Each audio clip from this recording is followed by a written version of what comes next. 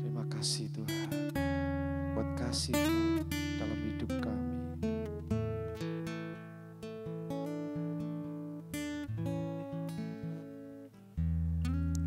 Kasih Allahku sungguh telah terbukti ketika Dia serahkan anaknya. Kasih Allah mau berkorban bagi kau dan aku. Tak ada kasih seperti kasih-Mu, kasih Allahku. Kasih Allahku sungguh telah terbukti ketika Dia serahkan anaknya. Kasih Allah mau berkorban bagi kau dan aku. Tak ada kasih seperti kasih-Mu. Katakan bersyukur. Bersyukur, bersyukur, bersyukurlah. Bersyukur karena kasih setia-Mu. Ku sembah, ku sembah, ku sembah dan ku sembah. Selama hidupku ku sembah Kau Tuhan.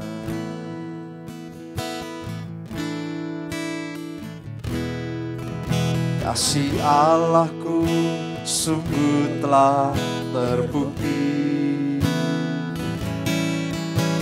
ketika Dia serahkan anaknya. Kasih Allah mau berkorban bagi kau dan aku. Tak ada kasih seperti kasih-Mu. Bersyukur, bersyukur, bersyukur, bersyukurlah.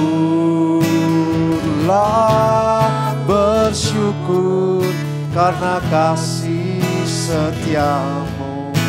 Sembah, ku sembah, ku sembah, ku sembah dan ku sembah. Sepanjang hidupku ku sembah Kau Tuhan. Katakan bersama bersyukur. Bersyukur, bersyukur, bersyukurlah. Bersyukur karena kasih setia-Mu. Sembah, ku sembah, ku sembah, ku sembah dan ku sembah. Selama hidupku ku sembah Kau Tuhan. Sembah Dia. Oh haleluya Yesus. Haleluya. Ku sembah Kau Tuhan. Ku sembah Kau Yesus. Kami menyembah-Mu. Kami sembah Kau. Haleluya. Haleluya. Tiada yang lain selain Engkau. Yesus Tuhan. Yesus Tuhan. Yesus Raja. Kau Bapa kami yang baik.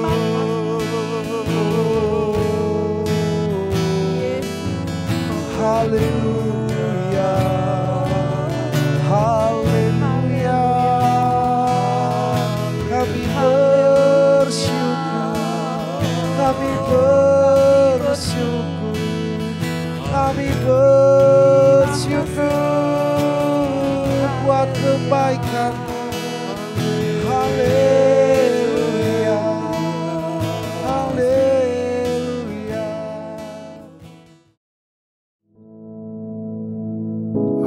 Father which art in heaven, hallowed be thy name. Thy kingdom come, thy will be done in earth as it is in heaven. Give us this day our daily bread, and forgive us our debts, as we forgive our debtors. And lead us not into temptation, but deliver us from evil. For thine is the kingdom, and the power, and the glory, forever. Amen.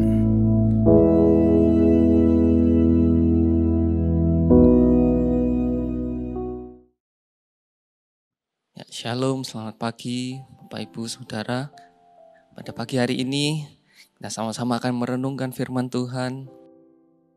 Dan pada pagi hari ini kita akan merenungkan bagaimana kita ini memilih kata-kata yang akan kita gunakan, memilih kata-kata yang keluar dari mulut kita ini secara bijaksana. Nah, pertama-tama kita bahas tentang lidah. Bagaimana berbahayanya lidah. Jadi Yakobus di dalam suratnya itu menyebutkan lidah itu sama dengan api. Ini bahwa di tubuh kita digambarkan lidah itu sebagai sumber kejahatan yang bisa kayak menyebarkan kejahatan ke seluruh tubuh kita. Nah, jadi sejak zaman dulu misalnya ada beberapa kejahatan, misalnya dendam, benci, iri hati, sombong, itu salah satunya bermula dari lidah kita yang tidak terkendali. Nah, demikian juga karena lidah juga bisa menyebabkan perbantahan, perselisihan, dan pertengkaran. Bahkan peperangan bisa terjadi karena lidah. Nah, oleh sebab itu Yakobus mengingatkan kita bahwa lidah pun adalah api. Lidah itu bisa memicu sebuah kejahatan. Lidah yang sebenarnya posisinya ada di dalam rongga mulut kita, itu bisa menodai seluruh tubuh kita. Jadi lidah itu bisa mendorong kehidupan, tapi juga bisa menghancurkan kehidupan. Nah, jadi kita bisa baca di Yakobus 3 ayat 6, Alkitab menyatakan pada kita, yaitu lidah pun adalah api, yang merupakan suatu dunia kejahatan dan mengambil tempat di antara anggota-anggota tubuh kita sebagai sesuatu yang dapat menodai seluruh tubuh dan menyalakan roda kehidupan kita. Sedang ia sendiri dinyalakan oleh api neraka. Nah, jadi menurut Rasul Yakobus, lidah itu merupakan bagian dari dunia kejahatan gitu, dan bisa menodai seluruh tubuh. Tetapi di samping itu, Yakobus juga menyatakan bahwa lidah itu, maksudnya dengan lidah itu kita itu memakai lidah itu untuk memuji Tuhan. Dengan lidah kita menaikkan ucapan syukur, kita menaikkan mazmur pujian kepada Tuhan. Nah, namun secara empiris juga dikatakan lidah itu bisa digunakan untuk mencaci maki orang, bisa digunakan untuk mengejek orang lain. Dengan lidah kita biasanya pakai untuk kita ngerasani, atau kita mengutuk orang lain yang sebenarnya diciptakan segambar dan serupa dengan Allah. Jadi di Yakobus 3 ayat 9 dikatakan, dengan lidah kita memuji Tuhan Bapa kita, dengan lidah kita mengutuk manusia yang diciptakan menurut rupa Allah.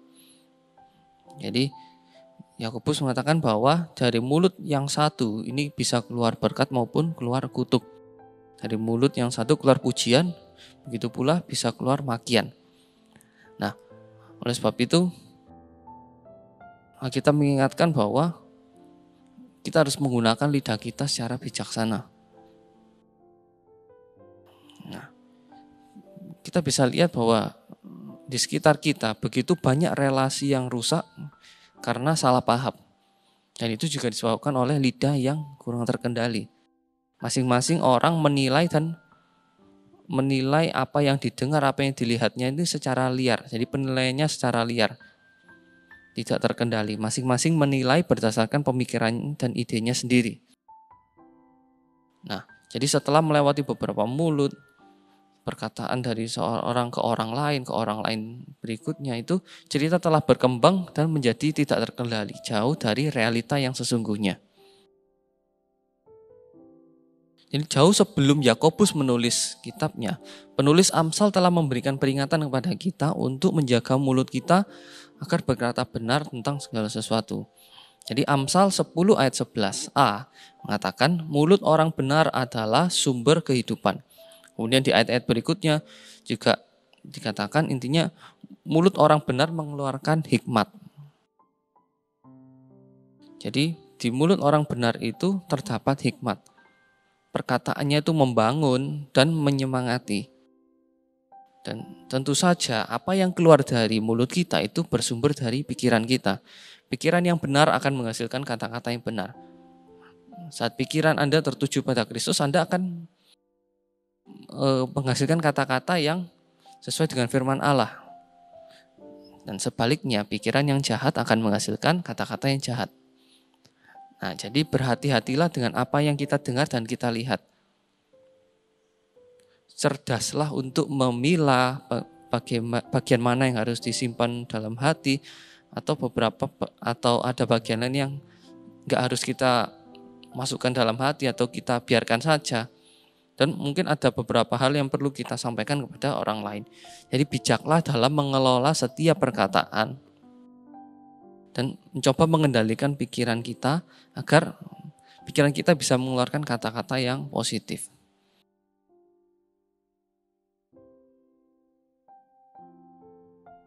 Nah, jadi usahakanlah pikiran kita ini positif sehingga kita bisa mengeluarkan kata-kata atau perkataan kita ini perkataan yang memuji Tuhan, yang memuliakan Allah kita. Jadi dengan lidah yang kita miliki, kita menaikkan ucapan syukur kepada Tuhan. Kita gunakan untuk menyanyikan lagu-lagu pujian kepada Tuhan. Nah, jadi secara tersirat, Rasul Yakobus ini menyatakan pada kita untuk kita selalu menjaga lidah kita, untuk kita terus mengucap syukur. Karena kita tahu, seperti kita pelajari tadi, yaitu di dalam satu mulut yang sama bisa keluar berkat dan kutuk, bisa keluar penghiburan maupun kita bisa menyakiti orang lain. Nah, jadi kita harus belajar sama-sama, kita mengingat bahwa kita harus menggunakan lidah kita secara bijaksana.